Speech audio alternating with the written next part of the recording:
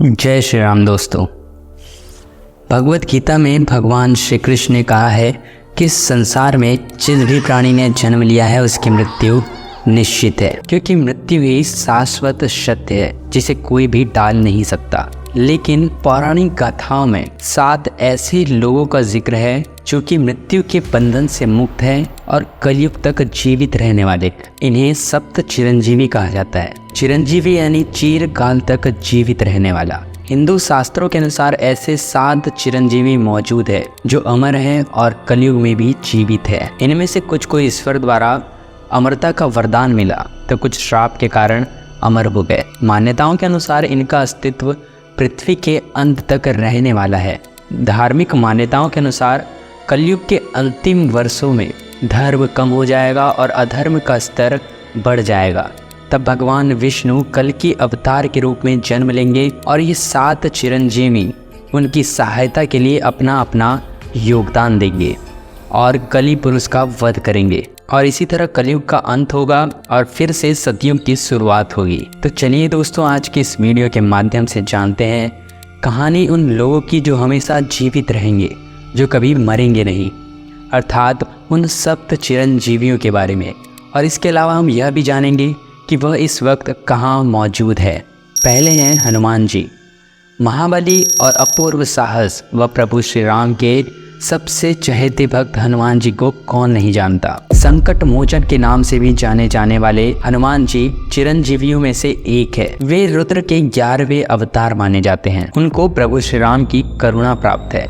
उनकी भक्ति और निष्ठा को देखते हुए भगवान श्री राम ने उन्हें बहुत से वरदान दिए। धार्मिक मान्यता है कि जब हनुमान जी प्रभु श्री राम जी का संदेशा लेकर माता सीता के पास अशोक वाटिका में गए, तब माता सीता ने उन्हें प्रसन्न होकर अजर अमर होने का वरदान दिया था। और इसके साथ ही जब भगवान श्री राम जब धरती लोक से वापस बैकुंठ लोक गए तो उन्होंने हनुमान जी से कहा था कि इस धरती पर भक्तों को तुम्हारी बहुत ज़रूरत होगी और भक्तजनों की रक्षा के लिए तुम्हें कलयुग के अंत तक धरती लोक पर रहना होगा। इसके अलावा हनुमान जी की अमरता के संबंध में और भी कई कहानियां प्रचलित है। हनुमान जी जब बहुत छोटे थे तो उन्हें एक दिन बहुत जोर की भूख लगी। माता अंजनी उनके लिए फल लेने के लिए आश्रम से बाहर गई। तब हनुमान जी को आकाश में सूर्य दिखा। लाल रंग के सूर्य को खाने के लिए वे हवा में उड़ चले और उसी वक्त राहु सूर्य पर ग्रहण लगाने वाला था। जब हनुमान जी सूर्य को पकड़ना चाहते थे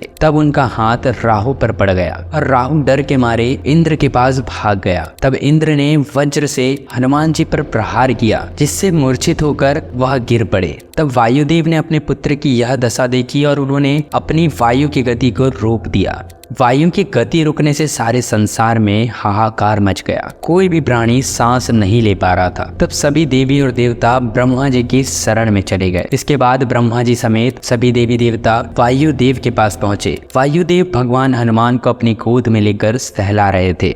वहां ब्रह्मा जी, इंद्र और सूर्यदेव ने मिलकर हनुमान जी को अमरता का वरदान दिया। तब वायुदेव का गुस्सा थोड़ा शांत हुआ और उन्होंने वायु की गति शुरू कर दी। श्रीमद् भागवत के एक प्रसंग के अनुसार कलयुग में हनुमान जी गंधमादन पर्वत पर निवास करते हैं और यह भी कहा जाता है कि जब भगवान विष्णु कल की अवतार में आएंगे तो हनुमान जी समेत सभी चिरंजीवी दुनिया के सामने आ जाएंगे। दूसरे हैं परशुराम जी। परशुराम जी को 7 चिरंजीवियों में से एक माना जाता है। वे भगवान विष्णु के 6ठे अवतार हैं। वह सप्त ऋषि जमदग्नि और रेणुका के पुत्र है। उनका जीवन अंतिम द्वापर युग पर केंद्रित है। एक दिन ऋषि जमदग्नि ने यज्ञ करवाया जिसके लिए उन्हें पानी की आवश्यकता पड़ी और पानी लेने के लिए रेणुका नदी के पास पहुंची और नदी के पास पहुंचते ही उसने गंधर्वराज चित्ररथ को अप्सराओं के साथ नदी में नहाते हुए देखा और उसे देखकर वह आकर्षित हो गई और जिससे उनका मन विचलित हो गया। चित्ररथ को नहाते हुए देख उन्होंने अपना काफी समय खो दिया, जिसकी वजह से यज्ञ का शुभ मुहूर्त निकल गया, जिसकी वजह से ऋषि जमदग्नि बहुत क्रोधित हुए और उन्होंने अपने पुत्रों को एक एक करके उनकी माता का वध करने के लिए कहा। लेकिन सभी पुत्रों ने माँ के मोह में आकर उनके पिता की बात नहीं मानी। किंतु जब परशुराम को अपनी माँ को मारने का आदेश दिया गया तो उन्होंने अपने पिता का आज्ञा का पालन करते हुए अपनी माता का वध कर दिया, जिससे ऋषि जमदग्नि बहुत प्रसन्न हुए और उन्होंने भगवान परशुराम से वरदान मांगने को कहा। तो भगवान परशुराम ने अपनी माता को वापस जिंदा करने का वरदान मांगा, जिसके बाद जमदग्नि ने रेणुका को पुनर्जीवित कर दिया और भगवान परशुराम को अमर होने का वरदान दे दिया। कल्कि पुराण के अनुसार परशुराम ही कल्कि के गुरु होंगे। वे ही उन्हें युद्ध की शिक्षा देंगे और वे ही उन्हें भगवान शिव की कठोर तपस्या कर दिव्यास्त्रों को प्राप्त करने के लिए कहेंगे। ऐसा माना जाता है कि महेंद्रगिरी पर्वत भगवान परशुराम की तप की जगह थी और अंततः वह उसी पर्वत पर तप करने के लिए चले गए थे। महेंद्रगिरी पर्वत उड़ीसा में गजपति जिले में स्थित है और आज भी परशुराम महेंद्रगिरी पर्वत में ही तपस्या कर रहे हैं। तीसरा है अश्वत्थामा। महाभारत युग में आप लोगों ने अश्वत्थामा के बारे में तो अवश्य ही सुना होगा। वह गुरु द्रोण का पुत्र था और एक महान योद्धा था। गुरु द्रोण ने अश्वत्थामा को भगवान शिव की कठोर तपस्या के बाद पाया था। जन्म से ही अश्वत्थामा के मस्तक में एक मणि विद्यमान थी, जो कि उसे दैत्य, दानव, शस्त्र, व्याधि, देवता तथा नाग आदि से निर्भय रखती थी। वह मणि अश्वत्थामा को बुढ़ापे, भूख, प्यास से भी बचाती थी। भगवान शिव से प्राप्त उस मणि ने अश्वत्थामा को लगभग अजेय और अमर बना दिया था। माना जाता है कि कृपाचार्य और अश्वत्थामा ही दो ऐसे लोग थे जो कुरु वंश की तरफ से महाभारत का युद्ध अंत होने तक जीवित रहे। कुछ लोगों को अमरता श्राप के कारण प्राप्त हुई थी और इस सूची में अश्वत्थामा का नाम आता है। माना जाता है कि अश्वत्थामा ने अपने पिता द्रोण का बदला लेने के लिए अनीति का सहारा लिया था।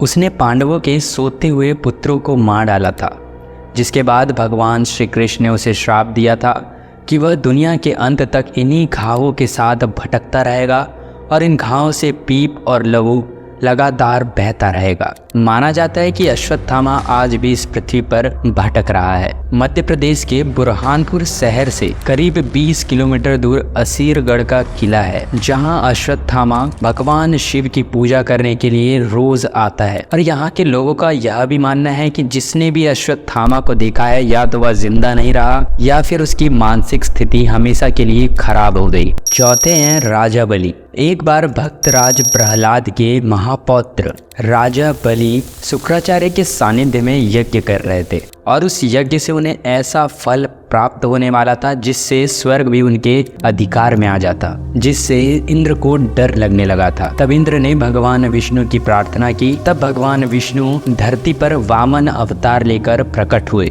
और जब यह यज्ञ पूर्ण होने वाला था तभी भगवान विष्णु वहां पहुंचे और राजा बलि से 3 पग भूमि मांगी। राजा बलि ने सोचा कि वामन का पग कितना ही बड़ा होगा और उसने भगवान विष्णु को 3 पग भूमि दान में देने के लिए हाँ कर दी। तब भगवान विष्णु ने अपना शरीर बढ़ाना शुरू किया। 2 पग में भगवान ने समस्त सृष्टि नाप दी और तीसरे पग को राजा बलि के अनुरोध पर उसके सर पर रख दिया।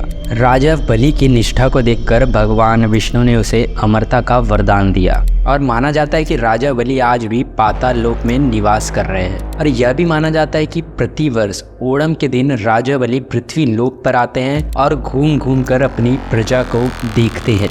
5वें हैं कृपाचार्य। कृपाचार्य कौरवों और पांडवों के कुलगुरु थे। कहा जाता है कि महाभारत युद्ध में कृपाचार्य ने कौरवों का पक्ष लिया था। हालांकि वे ऐसा नहीं करना चाहते थे, परंतु अपने भांजे अश्वत्थामा और जीजा द्रोण के कहने पर उन्होंने कौरवों का पक्ष लिया था। उस समय महाभारत युद्ध में कृपाचार्य, भीष्म और द्रोणाचार्य ने पांडवों के कई सैनिकों का संहार किया था और एक समय तो ऐसा भी आ गया था जब कृपाचार्य अर्जुन का वध करने वाले थे।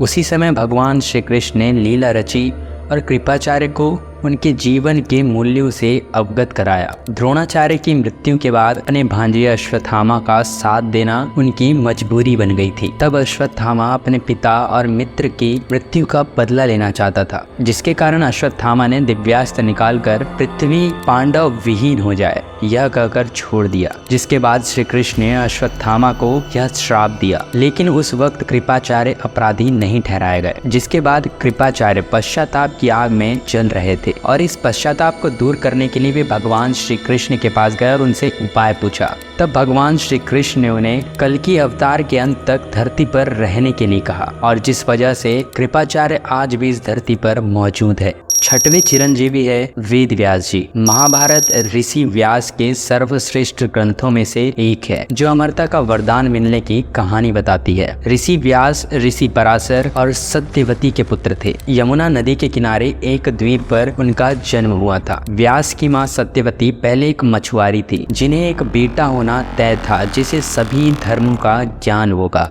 एक दिन ऐसा समय आया जब ऋषि व्यास की मुलाकात भगवान शिव जी से होने वाली थी। वह गहन तपस्या करने और ध्यान करने की यात्रा पर चले गए। उनकी इस घोर तपस्या से प्रसन्न होकर भगवान शिव उनके सामने आए और उन्हें एक अमूल्य उपहार दिया। भगवान शिव ने महर्षि व्यास को महाभारत लिखने की शक्ति भी प्रदान की जो कि कुरुक्षेत्र युद्ध की कहानी बताता है और बहुत सी आध्यात्मिक शिक्षाएं भी देता है।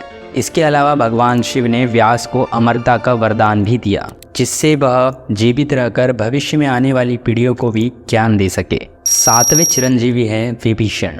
एक दिन भगवान कुबेर अपने पुष्पक विमान में बैठकर अपने पिता ऋषि विश्रवा से मिलने उनके आश्रम में आए। तब ऋषि विश्रवा ने अपने बाकी तीनों पुत्रों से कहा कि तुम्हारा भाई कितना तेजस्वी है तो तुम भी कुछ ऐसा यत्न करो जिससे तुम भी इतने तेजस्वी और ज्ञानी बन पाओ। तब तीनों भाइयों ने प्रतिज्ञा ली कि वह कुबेर से भी बढ़कर तेजस्वी और वैभवशाली बनकर दिखाएंगे और यह प्रतिज्ञा लेने के बाद तीनों भाई गोकर्ण पर्वत के पवित्र आश्रम में आ गए।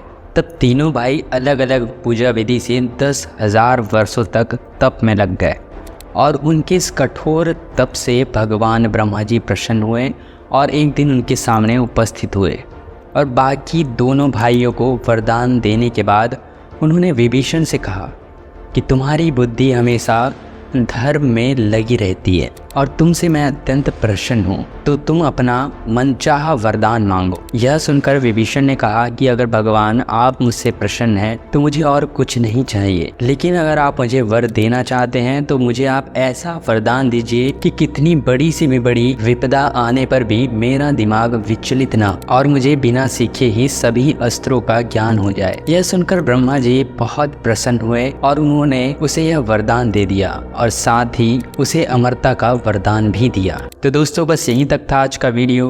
अगर हमारे द्वारा दी गई जानकारी आपको अच्छी लगे तो वीडियो को लाइक और चैनल को सब्सक्राइब अवश्य करें। मिलते हैं एक और नए वीडियो के साथ, तब तक के लिए बी सेफ। जय हिंद, जय श्री राम।